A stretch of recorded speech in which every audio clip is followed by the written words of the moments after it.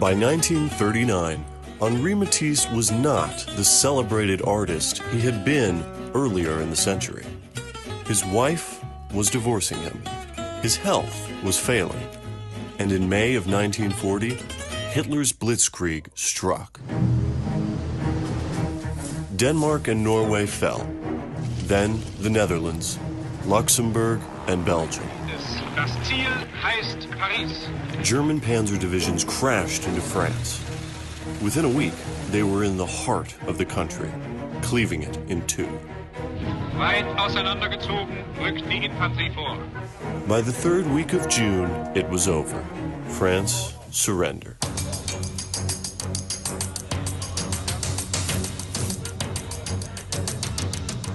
As millions of Parisians fled south and west from the German occupiers, hundreds of artists fled France altogether. All artists, one another, had been affected by the war. Composers, poets, and writers were deemed enemies of the state, and painters labeled as degenerate artists. But France's most famous modernist refused to leave. At age 70, Henri Matisse would stay. It seemed to me as if I would be deserting. If everyone of value leaves, what will become of France? In 1940, Matisse left Paris on a 100-day odyssey through occupied territory to Nice. I want you to go to occupied France. What do we do when we get there? Organize resistance, act as liaison officers with London. While enemy agents and resistance fighters played cat and mouse in the alleyways of Nice, Matisse's son, Jean, engaged in sabotage with the Allies.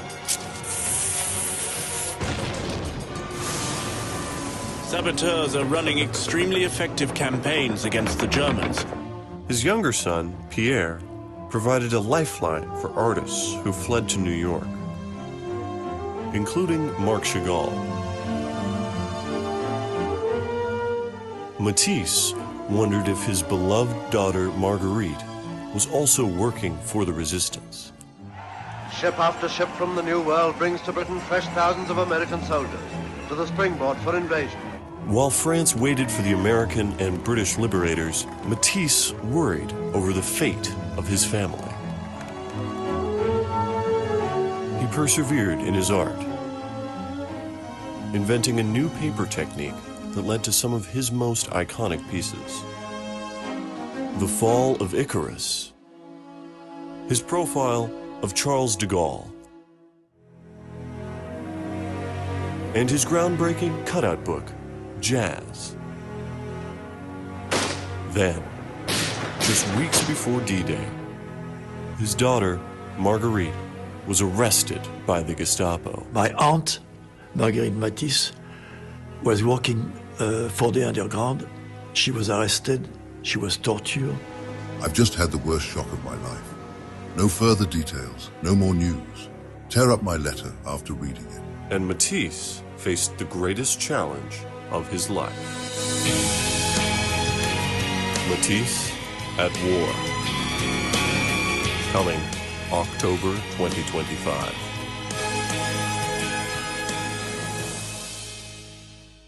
So tonight we are joined by Paul Sparrow. Paul is a writer, historical consultant, and the former director of the FDR Presidential Library and Museum.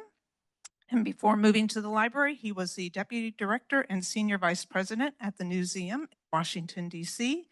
And he is the author of the book, which is in the back, Awakening the Spirit of America, FDR's War of Words with Charles Lindbergh and the Battle to Save Democracy. Also joining us is Christopher C. Gorham. Christopher is a lawyer, educator, and acclaimed author whose books include the Goodreads Choice Awards finalist, The Confidant, which I believe was the book that we had here.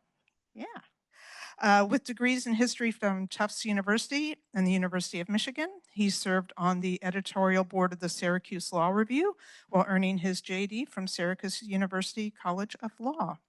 His writing has appeared in the Washington Post and in online journals, and he lives with his wife in Waterton and Chatham, Massachusetts. So with that, I'm going to turn it over to you two. Thank you.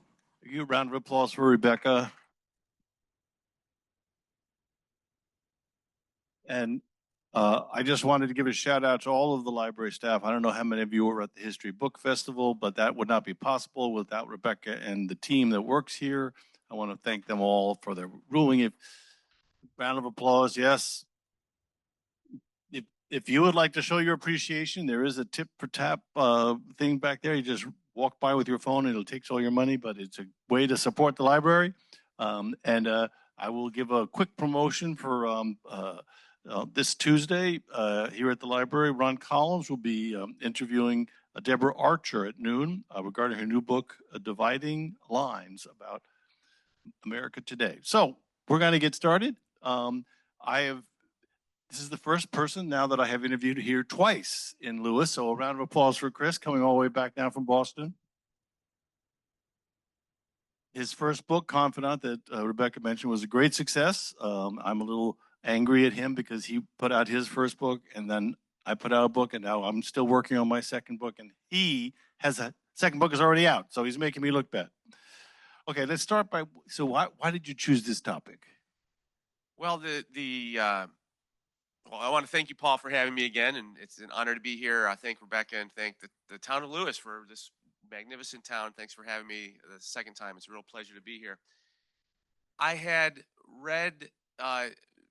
bought for my wife about 15 years ago the 2-volume biography by Henri Sparrow on Matisse. And because, as you know, I'm a World War II person, I flipped ahead to volume 2 and, wanted to know what Matisse was doing during the Second World War.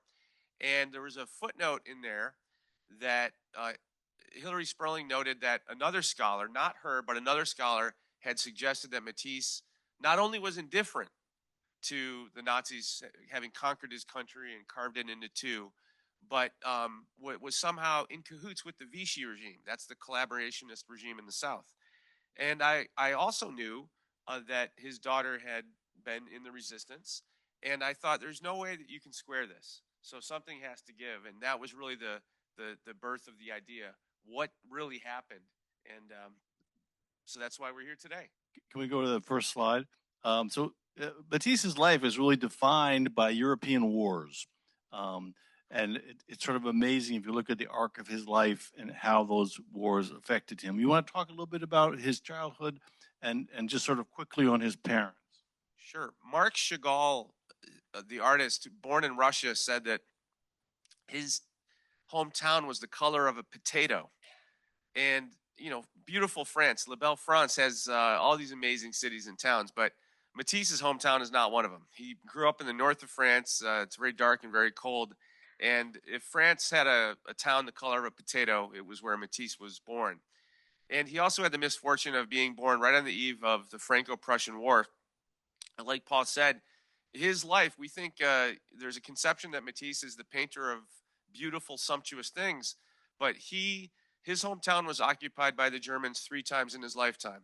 His mother, during the Franco-Prussian War, buried the family valuables in the garden out back.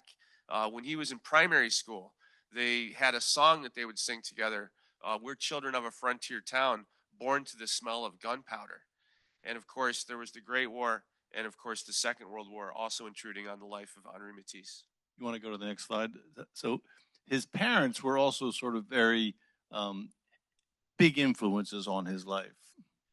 His father was very stern, a northerner from France, very stern man, and Matisse became, to his 3 children, a man of economical words in some ways, like his father. He was very different from his father in other ways. His wife's family that's Amélie on the right, they're from Toulouse, which is in the south central part of France, very progressive family. So when Matisse decides on a career, he wants to train as a lawyer. And a bout of appendicitis changed the trajectory of his life. His mother brought him a box of paints, and he said, once I held those box of paints in my hand, I knew that my life would never be the same. I knew that this is what I wanted to do. So much to the chagrin of his father, he became a painter, but his career started very slowly. At one point, he was teaching students how to paint, and his message to them was, don't talk about your painting, let your art do the talking for itself. And at another point, Paul, he was hired on an hourly basis to paint the gilding in this grand exhibition hall. And it was not until 1905 when, after he'd married his wife and painted that painting right there, Woman with the Hat, that he gained international fame. And guess where that painting was exhibited? It was at that same exhibition hall. So you'll notice in that painting, the primary color is blue. We'll be talking about blue again later on because it's an important color. Let's go to the next slide. Talk about his family a little bit because they're so important, and why. Who are these people? Henri and Amélie Matisse had 3 children. The daughter was actually from a prior relationship that Matisse had, but Amélie adopted her as her own. That's her on the left. Marguerite was beloved daughter of Matisse. When she was a girl, he painted her many, many times, oftentimes holding a book. You know, Marguerite reading. They're beautiful to see. She was a muse. She was a model. And later, she became really the studio manager. Marguerite really took over from her mother the management of the Matisse studio, stretching canvases, cleaning out rooms so he could use them as erstwhile studios, and even more importantly, interfacing with, you know, wealthy collectors from Russia, from the United States, like the Steins, and really helping him put his works into museums.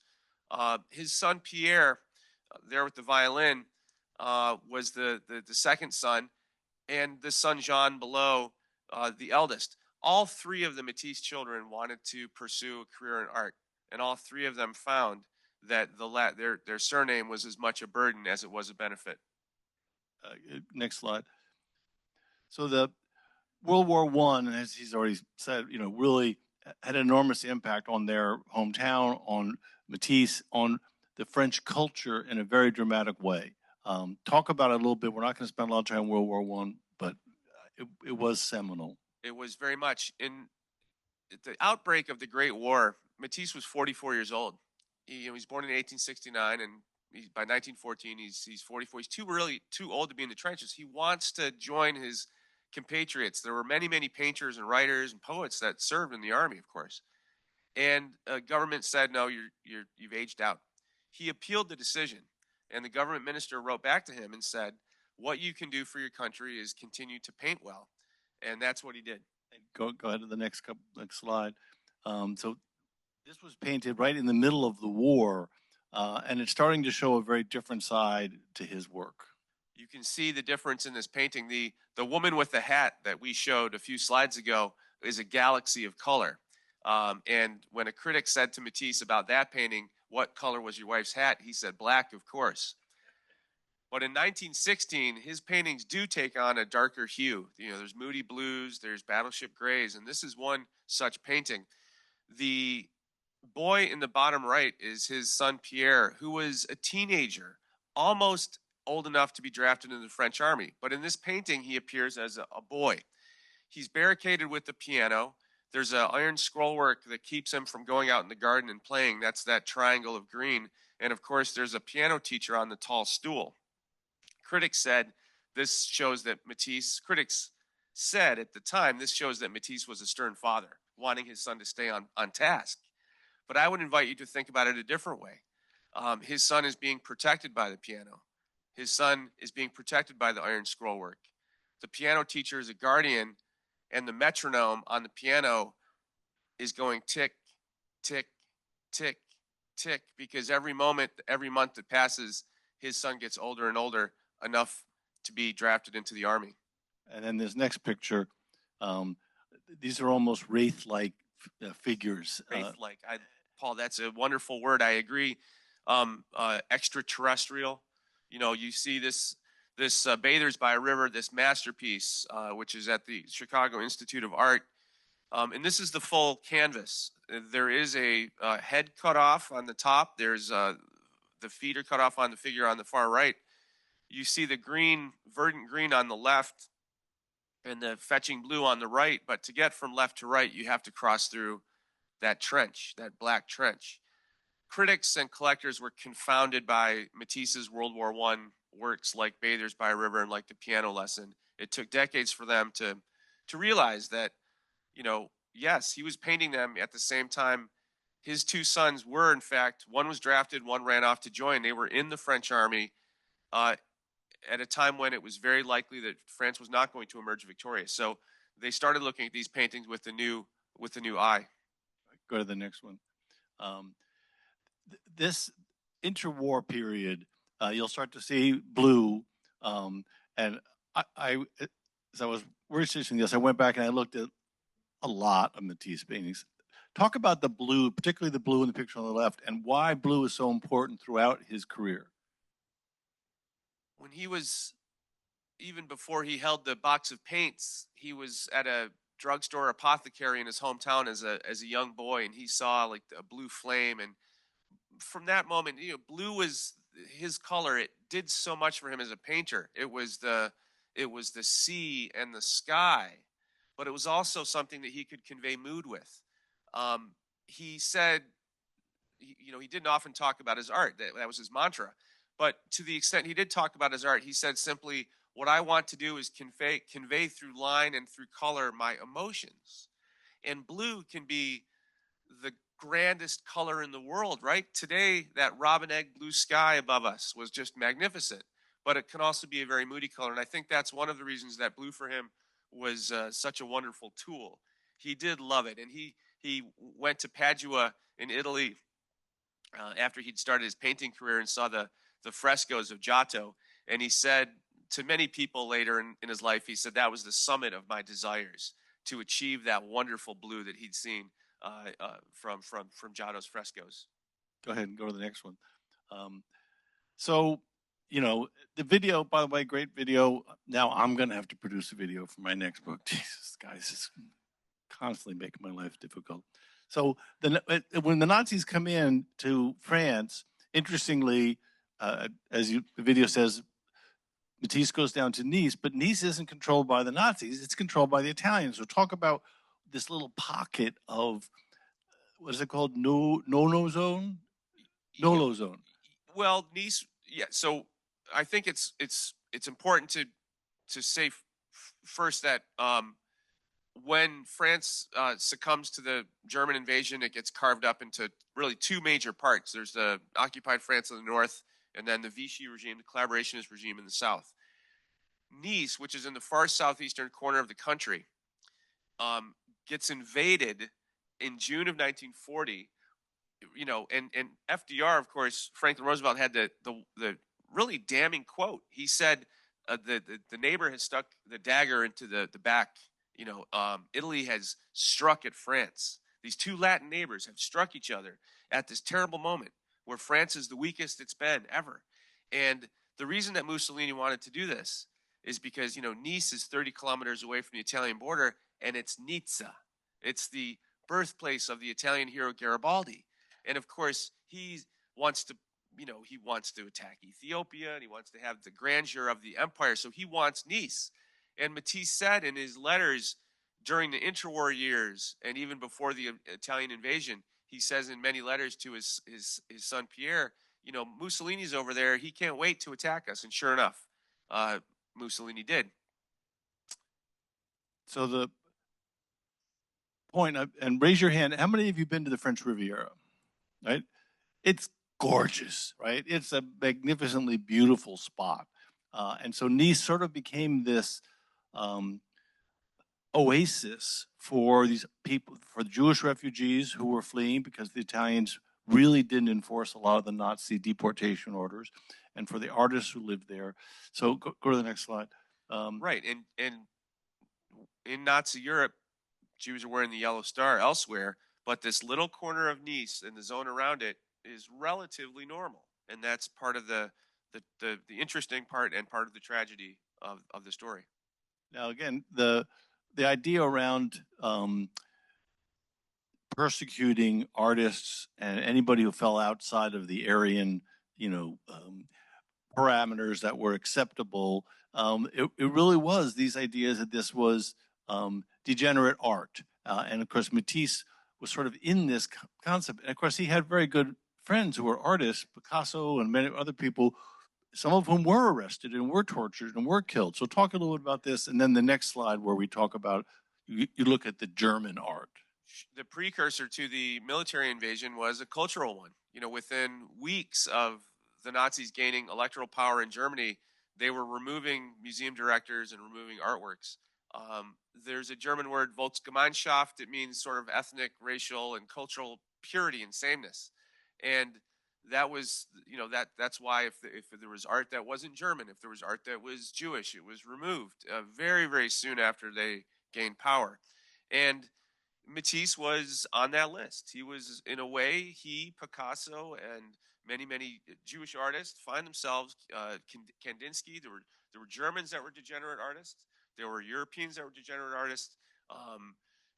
They find themselves on this list where they're virtually enemies of the German state, and eventually they're going to be enemies of the state because Germany, of course, will invade France and conquer it. Go to the next slide. And you can see in this, this idea of, you know, this terrible migration of people trying to escape the Nazis. Talk a little bit about the picture on the right, because that's unusual.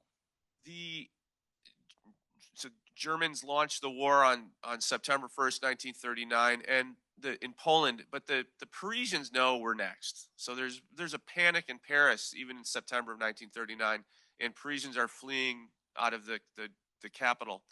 And this includes thousands of artists, writers, composers, obviously many of them Jewish, because there was a real need and a real valid fear to get out of Paris.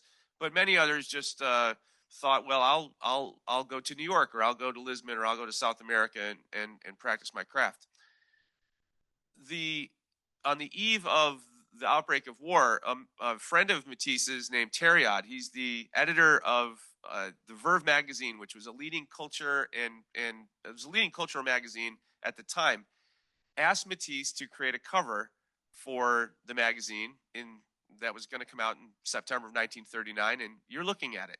And of course, Matisse does the fleur-de-lis. He portrays the fleur-de-lis, that ancient and enduring symbol of France. But of course, because he's Matisse, it's not the white lily. It's so many colors that they had to run it through the printer 26 times. And the background is a foreboding black. So once again, Matisse is communicating his emotions through his art to us. And the next slide. So as France surrenders, and Matisse is suddenly forced to figure out where is he going to go, what's he going to live, he's desperately ill. In wartime, with all these challenges, talk a little bit about how they did this, and I think this is a good time to introduce the concept of Lydia. Yes. By 1940, Matisse's 40-year marriage to Amélie has ended. She's moved back to Paris. He is in Nice, but desperately, desperately ill. And in fact, in early 1941, he had, in early 1941, his companion, Lydia Delectorskaya, who had been hired in the early 1930s as help for his wife, who was undergoing depression, then became a model, and afterwards sort of became the studio manager, much like Marguerite, his daughter, had been. Marguerite was married and conducting her own life.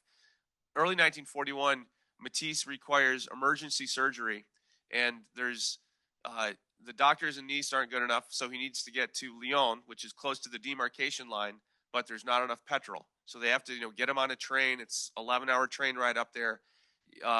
He arrives okay. He has the surgery, but one surgery turns into two. It's abdominal surgery. There's an infection. He lingers in and out of death and life for several days. The doctors think he's not going to make it. But by the spring of 1941, he's able to stand and walk out into the gardens, and the nurses there called him the resuscitated one.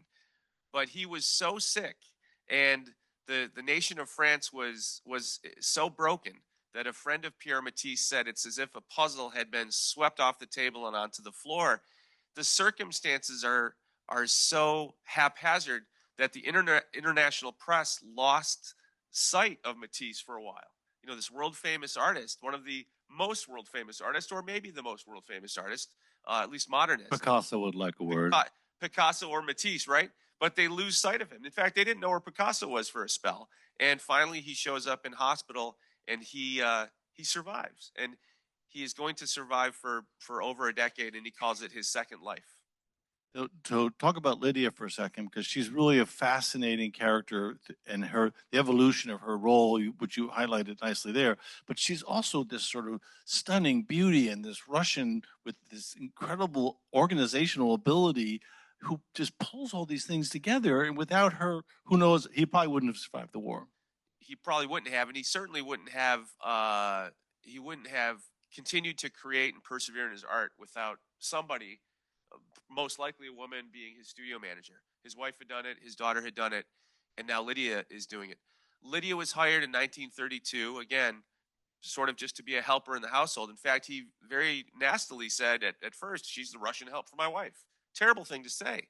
But in 1935 in Nice, he looks over at her, she's on her break, and says, hold it right there.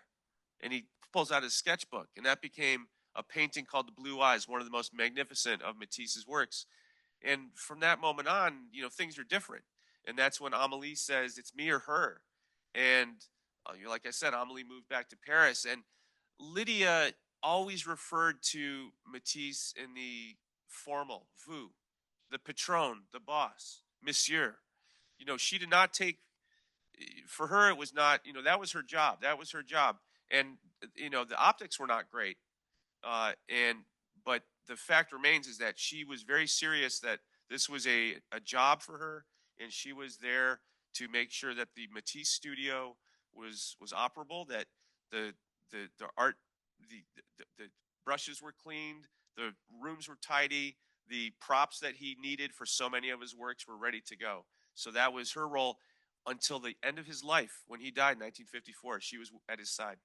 Next slide, please. So this painting on the right was one of the many paintings that the Nazis stole.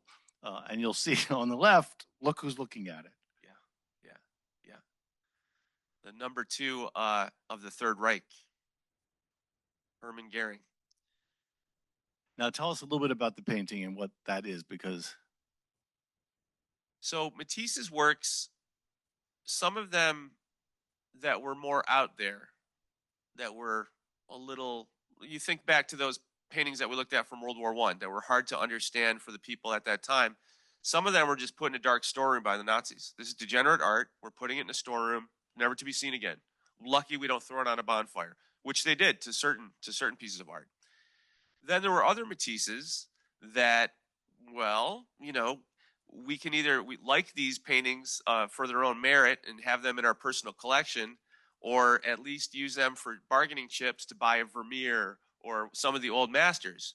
So here, Hermann Goering is at the Jeu de Paume Museum in Paris, ogling 2 Matisses. He wound up having 5 Matisses in his personal collection stolen, looted from Matisse's dealer, Paul Rosenberg. Not only his apartment, but his gallery was looted. Paul Rosenberg had to flee to the United States for his life, and successfully did. But for so many others, that was the outcome was not a happy one. You'll notice again the theme on the background there, blue. Next picture. Yes. So that's how we doing for time. We can talk about Louis Aragon, right? Sure. Okay. So this was a person who was a very, very important literary figure in France, but also, a enemy of the state. So talk about their relationship and why that book is there. One of the most surprising moments in the research was what happened in spring of 1942. Matisse is in Nice. He's still recuperating from that very serious, near-fatal operation. He receives a visitor that he'd never met before. His name is Louis Aragon, and he arrived with his beautiful wife, Elsa Triolet. Aragon was a surrealist poet. He'd been a veteran of the humiliated French army. He'd been evacuated from the beaches of Dunkirk. Because he was also active in the communist underground, he and his wife had been arrested and mistakenly freed. So he uses this opportunity to risk his life to go to the south of France to visit the great cultural treasure that is Henri Matisse. And it is just an amazing episode because over a couple of months there in Nice, they get to know each other. Aragon was researching Matisse for what's going to be a book 30 years later in 1972. And of course, Matisse is there sketching Aragon. Aragon said, I was there to sketch him, and he is getting the measure of me. And I just find it amazing that Aragon, who is going to be known as the poet of the resistance, comes down to visit with Nice, to visit with Matisse and get to know the man. And I think more than any other bit of evidence, Paul, that shows that Matisse didn't need to be a bomb thrower or a sloganeer to give succor to his people under the Nazi yoke. He just had to continue to do what he'd always done, which is paint well and paint and be a light in the French cultural firmament. And that's what he was. When Aragon wrote that book, 850-page 2-volume on Matisse, which came out in 1972, he harkened back to those scary days in 1942, and he wrote, "The time had come to be aware of the national reality of Matisse because he was of France, because he was France." Next slide. So the painting on the right represents a new style that Matisse started perfecting as they got to the mid parts of the war. There was not much food. There were a lack of supplies. Talk about who's in the picture with him, the photograph with him, and then talk about the jazz picture on the right. That's Lydia Delectorskaya in this photo taken by Henri Cartier-Bresson, who himself was on the run from a German work camp, also came down to Nice to meet Matisse. That's Lydia. You can get an idea of her looks from that picture.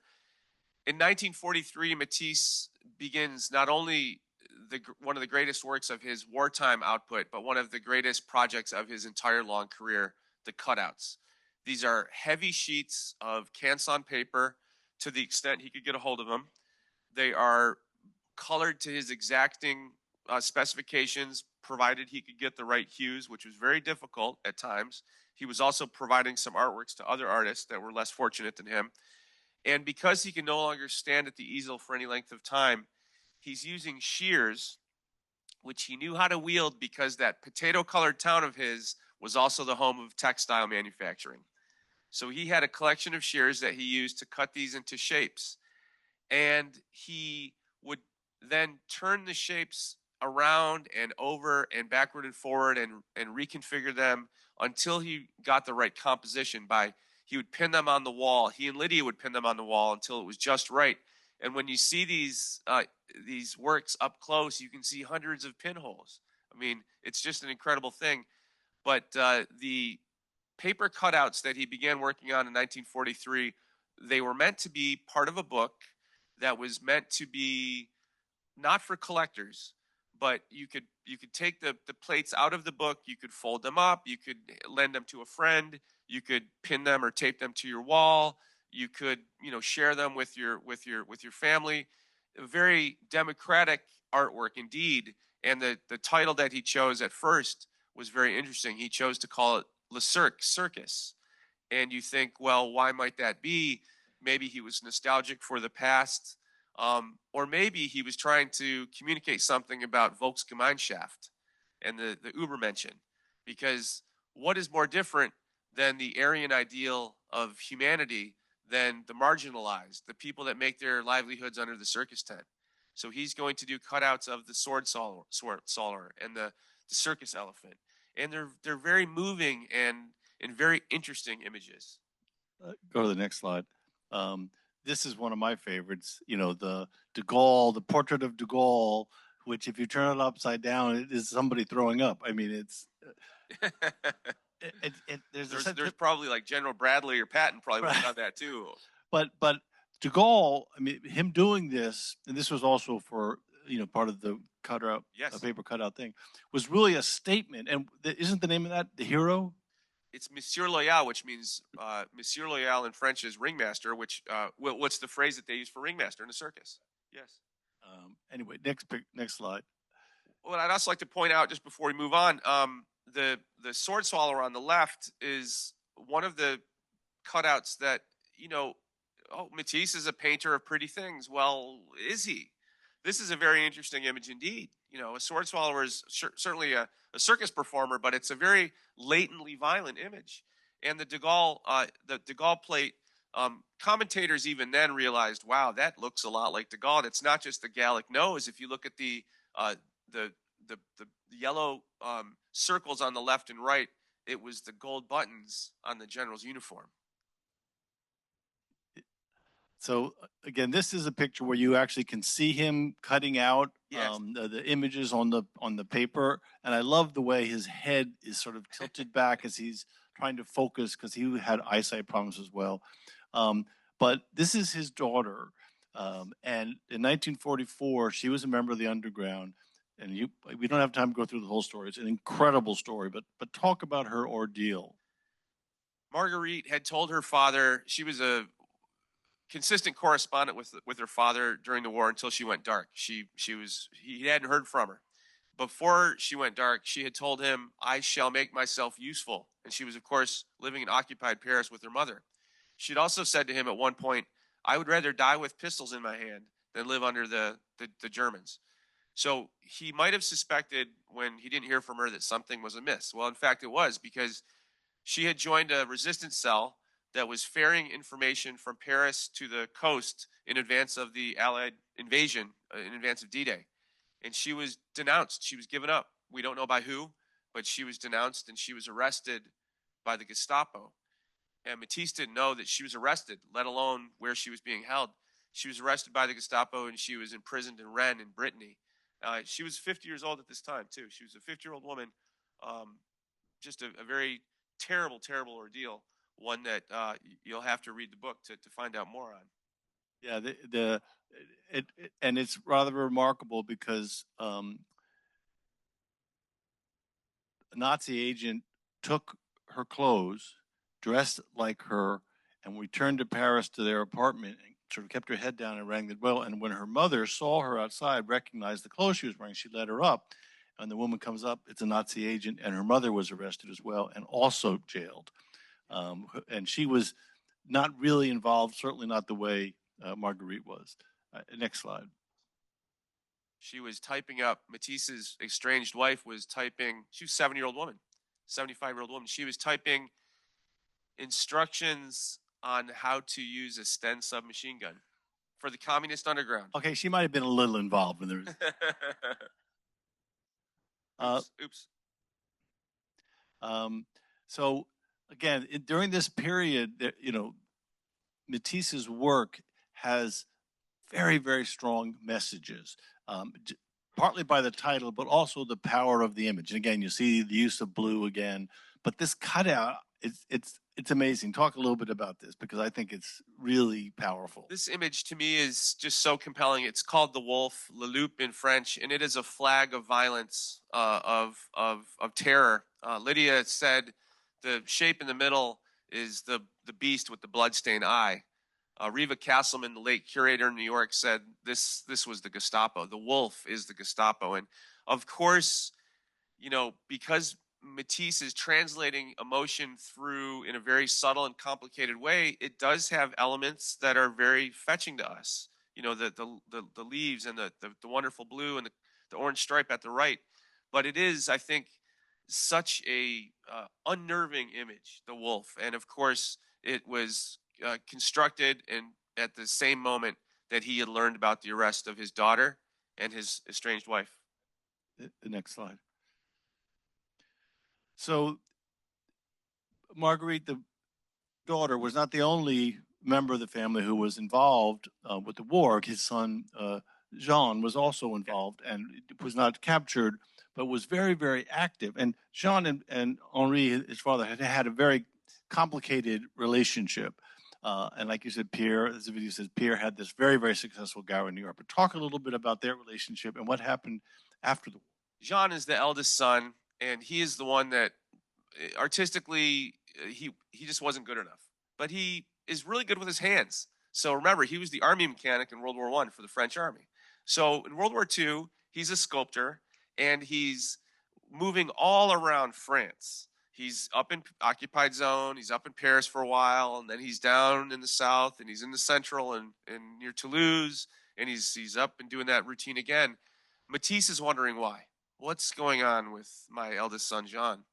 And there's indications that he suspected, well, he might be He might be doing something related to resistance efforts. And of course, he was.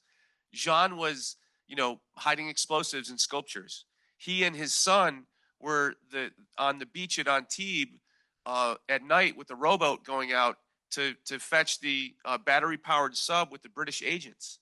And Matisse, of course, wouldn't have known these details, that his eldest son was doing this. But I find it very, very moving because Matisse had, after the French had lost the war in 1940, he'd written to Pierre and he said, the women can still hold their heads high after this humiliation, but not the men. They threw their guns down and they ran, including his son, right? His son, Jean. So you wonder, was Jean in a way trying to get back into the good graces of his father? He disappointed him as an artist. He disappointed him as a soldier. Maybe he disappointed him as a man. And now is this opportunity to earn back his father's respect. And when Matisse died in 1954, it was Jean who was the rock of the family. Last slide, I think. Oh, other way, right? So there's two things that I find really interesting about Matisse and who collected his work. Because you mentioned Gertrude Stein and the Americans in Paris, but there was two sisters from Baltimore, the Cohn sisters, and they collected, I'll let you go into the detail, but I want to start with the anecdote that when they first started collecting his work, they had a deal with him that they had right of first refusal to buy any of his work for $50. And if he did, they didn't like it, then they wouldn't buy it. They could sell it for as much as he wanted. But talk about the Cohn sisters, because they really are. I mean, they ended up with hundreds of pieces. Etta and Clarabelle Cohn of Baltimore had wonderful eye for art, and much like the Gertrude and Leo Stein and Michael Stein and Sarah Stein, they all spent a lot of time in Paris. All six of those people, they all had wonderful eye for what was over the horizon in terms of modern art, and Michael Stein and Sarah became great Matisse collectors, and of course the Cohn sisters of Baltimore became great collectors. There's two quotes that I'd like to share with you. One is somebody walked into the Cohn's apartment in Baltimore, and they said, "You looked upon the wall and you saw the future." All these Matisses, and the other quote is by Matisse himself. He's talking now about way back at the beginning of his career, the fauve works, the very vivid, brightly colored, right out of the tube of paint, like the woman with the hat, the first painting that we showed up here. And Matisse said, sure, it was very bold to paint those pictures, but it was even bolder to buy those pictures. And the Cohn sisters were not the only one. The Barnes, raise your hand if you've been to the Barnes Museum, right? So incredible display before they violated the will and moved him to a nice museum. But by the way, the Cohn sisters collection is at the Baltimore Museum of Art, and definitely worth going to. So talk about the Barnes collection and that museum, and why Matisse played such a big role in his collection. Albert Barnes was, I guess the Swifties in the room would call him a frenemy of Matisse. He was a thorn in a way. He certainly paid him a fair amount of money to do certain paintings, but he was also a bit of a pain in the neck. Barnes had a beautiful, almost a chateau in the main line of Philadelphia, and he wanted Matisse to paint these big, large, almost murals for this loggia, and went to France and talked to Matisse and said, here are the size that I need and the shape and so forth. Matisse had to rent a garage because this is in the 1930s. Matisse had to rent a garage because the ceiling had to be really high. So he rents this garage and gets a ladder and a bamboo pole and spends like a couple years working on this, only to find that the size was incorrect. So he has to spend another year or so doing it again. Meanwhile, Barnes is unhappy, Matisse is unhappy, and further complicating issues, Barnes wrote a book about Matisse, and Matisse hated it. So there's all kinds of issues going on. But it was finally installed. Matisse himself came to the installation, and his son Pierre wanted to come from New York, and of course Barnes, didn't allow that. So a very, very strange relationship that they had, and not a very pleasant one, I don't think. All right, this is our last question. Then we're going to get to questions from the audience. But after the war, there's this sort of incredible outpouring of love and support for Matisse. He gets elevated again to this global figure, and a lot of people came to understand that he had done this work supporting the resistance, that he had done illustrations for magazines, he had helped other artists, he had helped resistance movement. Talk about what happened after the war, because he had really been fading before the war started. His reputation had fading. You know, Picasso and the other artists were sort of leaving him in the past, and all of a sudden he becomes this national hero, international hero. International. It was the season of Matisse and the immediate, as Paul said, in the immediate aftermath of the Second World War. Verve had continued very bravely and courageously to publish. That was the art and culture magazine. They had Matisse in there a dozen times. At the end of the war, 1945, he's at the Salon in Paris being celebrated. He finds himself getting exhibitions, not Japan at that time, but overseas, various locations, United States and other places in Europe. And I think, you know, it's a wonderful epilogue to an end to his second life, because he's not only a hero to the French people, to people like Louis Aragon. He was of France. He was France, but he's a hero to all of us for upholding the values of humanism at the darkest time of the 20th century, and a survivor, an 84-year-old man, you know, having this great moment at the end of his life. Well, we'll get a round of applause for Chris. If you have a question, raise your hand. We'll bring a microphone around for you to hear, so the people on the online at home can hear. And I guess we'll start right there. Just one quick question. Why was he not arrested and executed by the Nazis? Well, he was a world famous elderly Frenchman. He wasn't a combatant. He wasn't doing anything overtly resistance related. At least Matisse wasn't. There's this, I don't love it, but there's this idea of passive and active resistance. Henri Matisse certainly would be in the passive resistance. He wasn't throwing hand grenades at the enemy. He was painting things that were interpreting his emotions at this dark moment in French history. And Picasso's the same. Picasso's maybe even a more interesting character, because not only was he an enemy of the German state, he was an enemy of the Spanish state. He was in occupied Paris. So why not arrest Picasso? They didn't arrest either man, but they did molest them and bother them in certain ways. German agents would show up to Picasso's atelier in Paris and kick over artworks and steal a few things and say that, you know, you're Jewish, aren't you, Mr. Picasso? And in Matisse's case, they would threaten to ask his companion Lydia for her papers, because of course she was Russian, and the Germans obviously couldn't wait to get their hands on a Russian if they could. So I think that's the answer to that question. Okay, we have another one.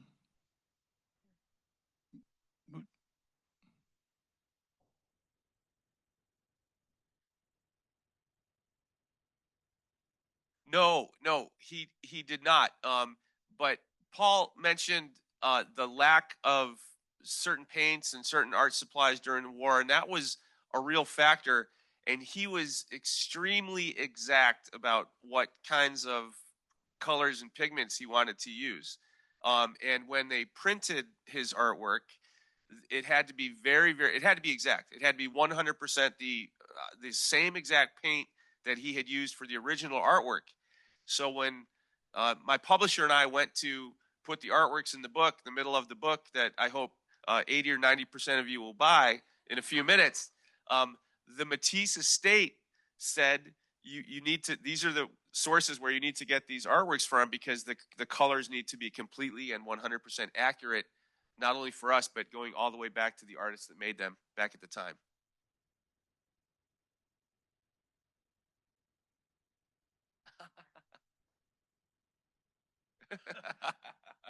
Thank you. Do we have a question? Who's got the microphone? We'll start with Fred and then go back there. We have to go for a woman after this one. We have 3 men in a row.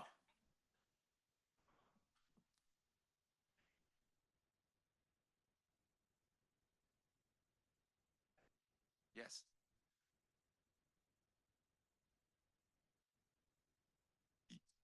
Yes, there's a photograph of that is in the book of General Eisenhower with I think he's with Bradley and Patton, and they're at the salt mine in Merker, Germany. On famous photo, wonderful photo. It just gives me goosebumps thinking about it.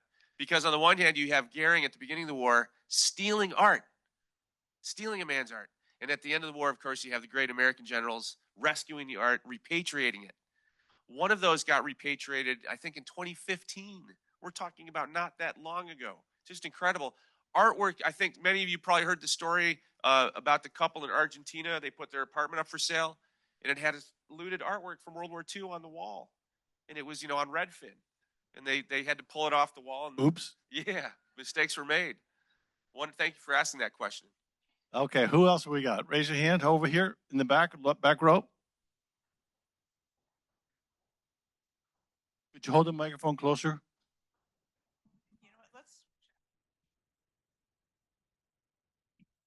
My mother-in-law was an artist who studied with a resistance artist from France named André Girard, and I'm wondering if that name is something that you've come across.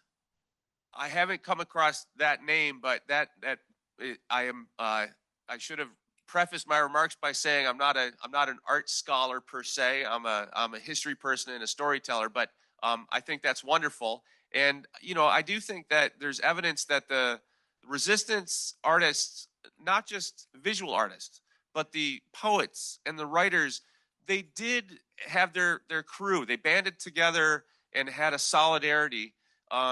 And they didn't always have to be French. So you could be Swiss or French or Belgian and have a sense of solidarity. So thank you. Who else have we got? Another question out there? One more, anything from our online audience? What about over here? All the questions were over here, Paul. Am I right? Apparently we're a right-leaning organization today. Anybody on the left? Come on, it must be something. There we go. Come on, Ron, you always ask a question. Well, then you're the perfect person. Okay, well, I'm going to ask one more question then while you guys savor the moment. So there's a period we didn't quite cover at where he has to leave Nice and he goes up into this small town in this villa up in the mountains. Talk about that a little bit and how, the Nazi army is like going back and forth, and then what happens after D-Day and then after the Southern invasion, and they're sort of in this isolated villa. I think that's a great question, Paul, because one of the misconceptions about Matisse during the war is that he went down to this beautiful resort city of Nice to escape the conditions. He wasn't brave enough to live in occupied Paris. He went down to Nice to get away from this all. Nothing could be further from the truth. Nice was the site of a four-way war. It was the Italians, of course, then it was the Italians and the Germans, and then the Allies landed in North Africa. And guess where they're coming next? They're coming to Italy. 30 kilometers away are all these train lines and aqueducts, up in the Var Valley going straight into Italy. So the Allied bombers have to bomb that. And in one day, 500 Niçois were killed. And it was so bad that they had to evacuate the school children and the elderly. And Nice and Matisse and Lydia had to go up 10 miles away to a village in Vence to escape the Allied bombing. But while there, German, it was occupied. That area was occupied by the Germans in 1943 after the Italians were knocked out of the war, and the Germans intruded on his personal property. To be quite honest, yes. But also there were artists and resistance fighters who came to visit him to be inspired by him, right? I mean, he was this figure. It was almost like a pilgrimage they would make. Aragon, the poet of the resistance, Henri Cartier-Bresson, the famous photographer on the run from the German work camp, came down to visit, and also a young woman named Annelies Nelk, whose husband was a Dutch resistance fighter. She spent time with him, painting lessons and also modeling for him. So, it's this idea that he is a notable cultural treasure, I guess, if you will. And the French cultural milieu, the people that were resisting the Vichy regime knew this. And if you could get close and meet this man and find out what the magic was, I think it was worth quite a lot. Maybe in Aragon's case, even worth risking your life. Did we have another question over here? Okay. And then we have two over there. Okay. What contact, if any, did Matisse have with the likes of Camus or Sartre or those folks who were involved in the resistance? He had, Ron, his contacts during the time of World War II were mostly with two other artists. One was Pierre Bonnard, and of course he knew Aragon, the poet, and Paul Eluard. But Pierre Bonnard, the famous painter, who was also in his 70s, was living about 15 miles away. And they had a very wonderful correspondence during this time. Well, it's wonderful because it's emotive. And it's two old men at the end of their lives seeing their country prostrate before fascism. And they have, in Bernard's case, his wife had passed away. And it's a meaning of painting, meaning of life. The Lascaux caves had just been discovered. So they're saying to each other, we're in this chain of art that goes well into the past and well into the future. And at one point, Matisse says to Bernard, very sweetly, you know, if you can get enough petrol, come see me in Nice and bring your pooch, and I'll stay up for a few days and we can talk art. And the other correspondent was his old mate Charles Camoin, who had been in the trenches of World War I. And I will also add that one of his close friends from the Fauve days, the old days, back in the early 1900s when he was first famous, André Durand. André Durand in 1942 made the unfortunate decision to go visit Nazi Germany to celebrate the great Nazi sculptor Arno Breker. And this was a bitter, bitter disappointment for Henri Matisse. And he suffered after the war as a collaborationist. Okay, well, one more question here in orange shirt. I need you to use the mic, please. You did project very well, though. Close, but no cigar. As you were as you were researching the book, what was the biggest surprise that you learned about, that you didn't expect, or that was just contrary to what you were? A couple. The story of the poet of the resistance going down and meeting Matisse was interesting. You've heard of Varian Fry. He was the American agent who was sent to Marseille to rescue artists and bring them to the United States. Varian Fry went to meet Matisse, actually more than once, and said, we want you to come to the United States. And Matisse said, not only did he say no, but Varian Fry said, well, we have an organization that you can help here if you're brave enough to do it, which he agreed to. And to one of Varian Fry's men, Matisse said, remarked that he had harbored refugees in studio space. And that was, I only found it in one source, but it was quite a shocker, because it's an inkling that maybe Matisse knew a little more than was going on than he let on. And of course, being not only economical with his words in the best of times, knowing the censorship, knowing the denunciators that are out there, if he knew about his children's resistance activities, he would have been very close-lipped about it, of course. Okay, we're almost out of time. I'm going to have one last comment because there's a very interesting. Oh, we have a question over here. If we can get it. Oh, one back there. Wait, Rebecca, you come up here to this. All right, hurry up. In the back. My question was essentially answered before, but we had a lovely young lady named Michelle Young who wrote The Art Spy, who spoke before us a couple of days ago. And she talks about Matisse and how he could have left. And a number of artists that could have left and never did. That's right. So you wonder if it's a matter of madness or patriotism or what. But well, in Matisse's case, it was patriotism. Aragon said, if we had left, it would have felt like deserting. And Matisse himself said, if everyone of value leaves France, what remains of France? He was French. Picasso was in occupied Paris, sure, but he was a Spaniard who spoke French and lived in France.